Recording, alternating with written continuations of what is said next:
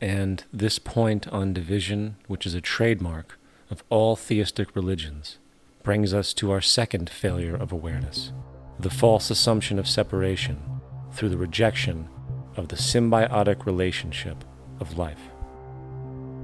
Apart from the understanding that all natural systems are emergent, where all notions of reality will be constantly developed, altered, and even eradicated, we must also understand that all systems are, in fact, invented fragments, merely for the sake of conversation. For there is no such thing as independence in nature.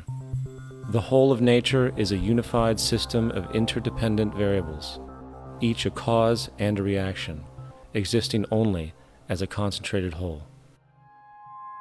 You don't see the plug connected to the environment, so it looks like we're free, wandering around.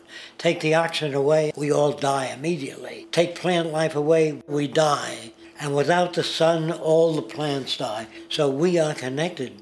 We really must take into account the totality. This isn't just a human experience on this planet. This is a total experience. And we know we can't survive without plants and animals. We know we can't survive without the four elements, And so when are we going to really start taking that into account?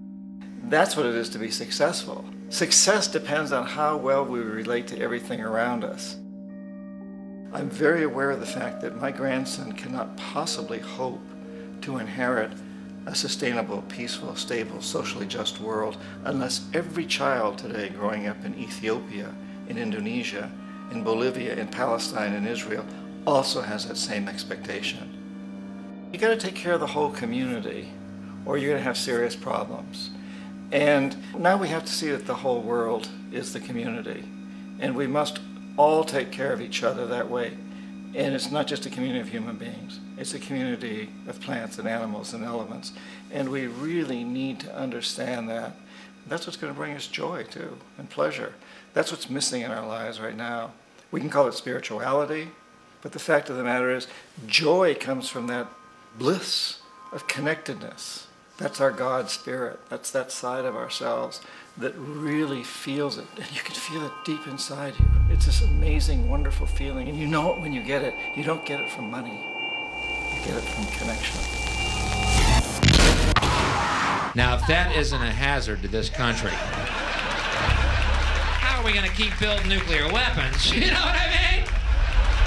What's going to happen to the arms industry when we realize we're all one? It's going to fuck up the economy. The economy that's fake anyway. The economy that's fake anyway. The economy that's fake anyway. The economy that's fake anyway. The economy that's fake anyway. Which would be a real bummer. You can see why the government's cracking down on the idea of experiencing unconditional love.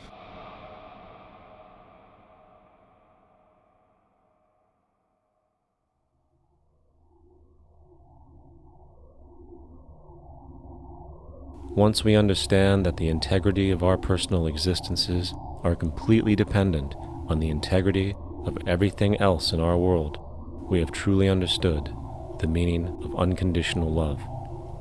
For love is extensionality, and seeing everything as you and you as everything can have no conditionalities. For, in fact, we are all everything at once. If it's true that we're all from the center of a star, every atom in each of us from the center of a star, then we're all the same thing. Even a Coke machine or a cigarette butt in the street in Buffalo is made out of atoms that came from a star. They've all been recycled thousands of times, as have you and I. And therefore, it's only me out there. So what is there to be afraid of? What is there that needs solace-seeking? Nothing. There's nothing to be afraid of because it's all us. The trouble is we have been separated by being born and given a name and an identity and being individuated. We've been separated from the oneness, and that's what religion exploits, that people have this yearning to be part of the overall one again. So they exploit that. They call it God. They say he has rules.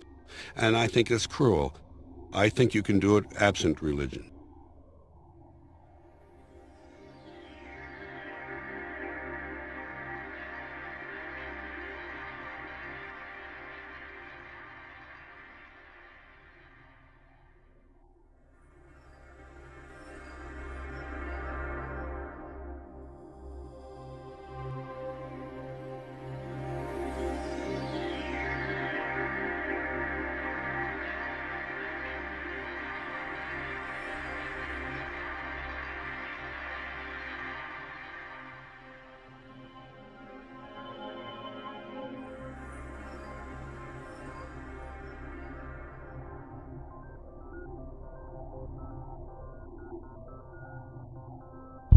It's time to claim the unity our outmoded social systems have broken apart, and work together to create a sustainable global society where everyone is taken care of and everyone is truly free. Your personal beliefs, whatever they may be, are meaningless when it comes to the necessities of life. Every human being is born naked, needing warmth, food, water, shelter. Everything else is auxiliary. Therefore, the most important issue at hand is the intelligent management of the Earth's resources. This can never be accomplished in a monetary system, for the pursuit of profit is the pursuit of self-interest, and therefore imbalance is inherent.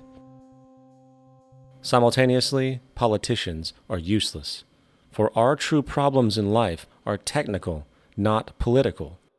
Furthermore, ideologies that separate humanity, such as religion, need strong reflection in the community in regard to its value, purpose, and social relevancy. Hopefully, through time, religion will lose its materialism and basis in superstition and move into the useful field of philosophy.